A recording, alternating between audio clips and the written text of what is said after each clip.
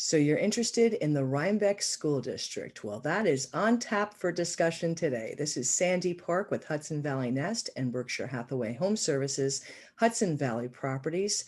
Welcome to our discussion on the Rhinebeck Central School District with Superintendent of Schools, Albert Cousins, to offer an informative perspective on the school district as a whole. Plus, he actually relocated here himself within the past couple of years and started in July of 2020 as a superintendent of schools with Rhinebeck. So he also offers a perspective on the transition into the area as well. Welcome, Mr. Cousins. Thank you for that introduction. So in 2018, I had been teaching a school group at Arlington for a number of years, commuting from the city. And I just fell in love with the families, with the community, with the whole entire just feeling how it felt here. And we were searching for homes. We found an incredible converted 1840s one-room schoolhouse in Dutchess County. And we made the decision just to purchase that house, and I started commuting to work every day to Long Island, knowing that I wanted to be here. And I started the search, and I ended up in Rhinebeck, and I am so thrilled to be here. Well, that's awesome. So actually, speaking of relocating, let's kind of jump into this as far as the Rhinebeck School District is concerned.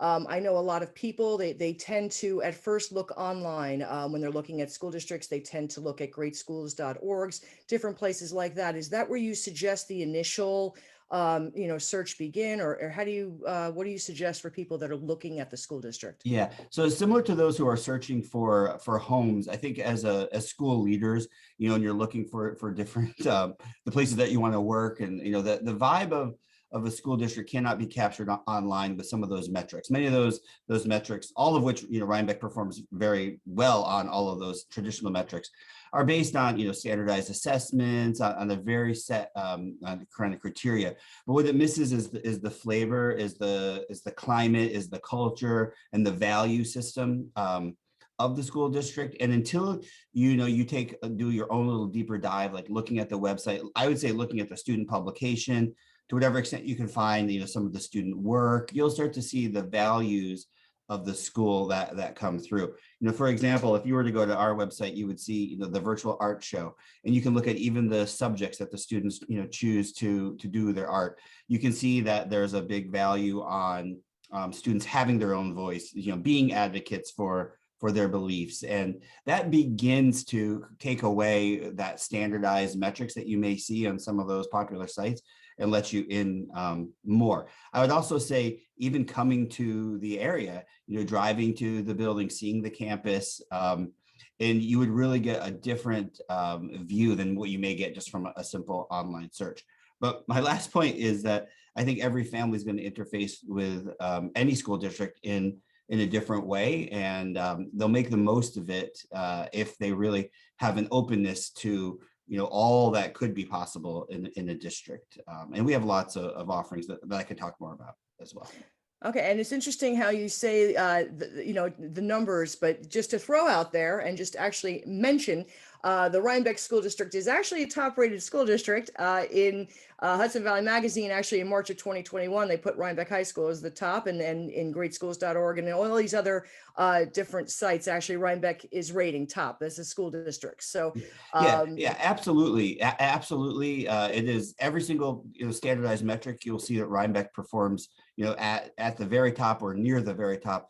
And that has a lot to do both with the school, but also to do with the community. There is a community value, the community of Rhinebeck and the surrounding towns. There's a priority on quality education. There's high expectations for kids, for being successful in whatever way, however that's defined. So I think it's that partnership between community and school that makes the Rhinebeck district so successful. It's not only what we do inside, it's the entire community, lifting up and valuing the schools. We give tremendous community support for the district, and that makes a huge impact on our success and the student success. Awesome. And actually, talking about the district as far as the size is concerned too, because when you're talking about community, uh, the size of the school district is a smaller district, right? You have a one school for elementary, and then you have one school that houses on one side the middle school, on the other side the high school. Can you kind of Right. speak to the class sizes as well Yep. as the benefits of being in a smaller school Yeah. district? So we have right currently around 950 students district-wide, so K-12. We have about 250 students in the middle school, just about 375 at the elementary school, and a little bit smaller at the high school level. And it is two buildings. The middle school is actually a gorgeous addition into that single building. If anyone ever has a chance to see it, it's one of the most beautiful middle schools I've ever seen. It's kind of hidden back from the facade. But the class sizes are typically in the mid to high teens. On that, we have put in a lot of priority at the elementary school to make sure that those class sizes are really appropriate, so that the families all have a connection with their classroom teacher, and so that the students feel very able to be well known. I mean, that's a big value here. But yeah, we are on the smaller side in the county, but that has been an advantage because you're able to call, like anyone could call me and get me on the phone, like talk to the superintendent. There's a lot more of personal interaction. And so, many people, even people who are new to the district, I've already had, individual conversations with, and you're really allowed to talk about what's important to your family, what's important to your kid, and have it, make an impact very quickly, because there's not layers and layers and layers of bureaucracy in a smaller school. Now, what about for people who are just relocating here and their kids are starting in the school, and you are talking about a smaller school, so are we talking about a bunch of cliques, everybody knows each other, and a new kid on the block is kind of like feeling a little bit, Yeah. out there? Well, again, I'm new to Rhinebeck, so I can put this perspective I can relate to that. There's so much dynamic movement into the district that at any given year, we have a pretty significant number of students who are new. It's a very welcoming place. I think everybody who works in the district, and particularly, understands that the part of the mosaic of the district are many people who have come here, especially in the last year. The number of families who maybe had a second home in the area, or who had visited the area, coming up from the city. We had a pretty significant influx of families there. And it is the spirit inside the building. It's a very welcoming place. It's very personalized. The counselor will know your child. All three buildings have peer mentorship or peer leadership programs to make those connections as well. So we're very attuned in and sensitive to the transition of new families, and making sure that it's seamless and uplifting.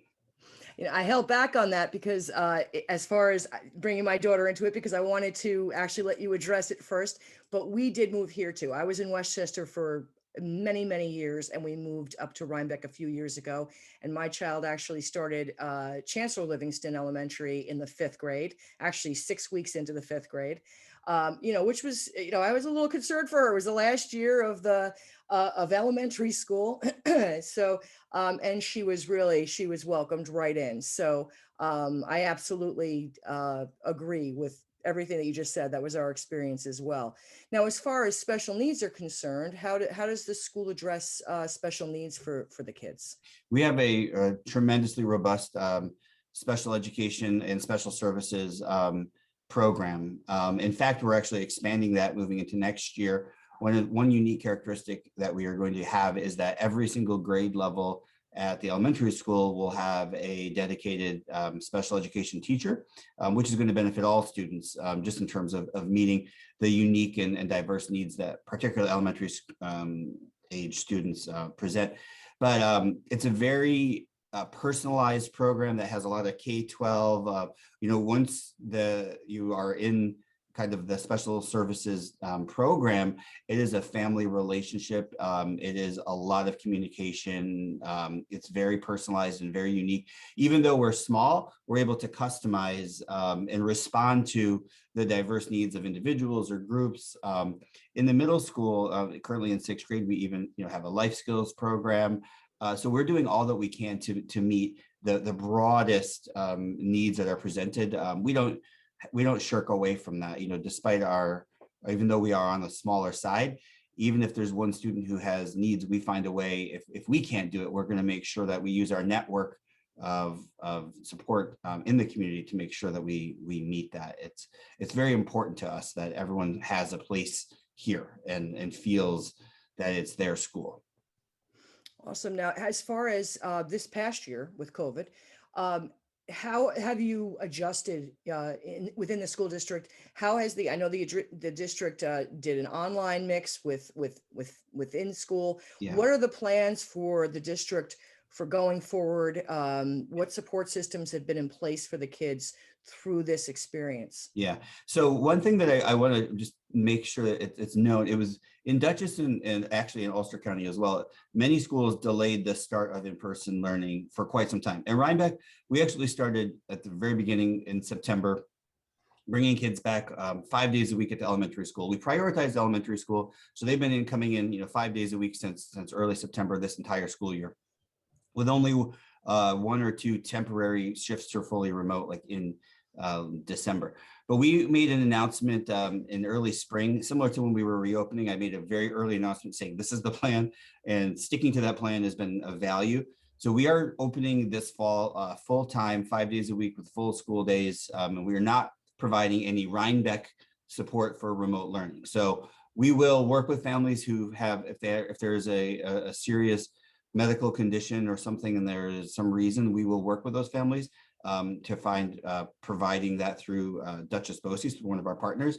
But we are operating in a full-time schedule in the fall. And I made that announcement very early, and I'm committed to that. I think the early decision-making is part of what makes our district able to be thoughtful and to plan and to get everything lined up. This year we did have a hybrid approach with cohorts, similar to many other schools where it was 2 days a week. We recently are bringing back students 4 days a week, but we still kept, we had a unique approach in that we have dedicated remote time. So our students who are fully remote are actually getting interaction with their teacher, not just viewing a live stream, which is another choice that some districts have made.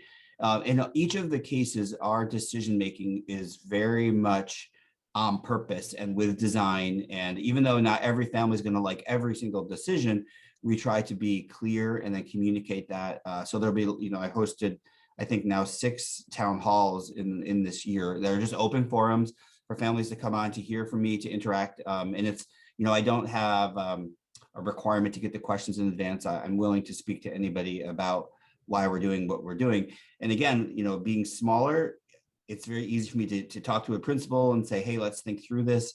And we're able to kind of be a little bit more agile in terms of shifting and responding to anything that comes our way, even if it's COVID, which we're looking forward to moving on from.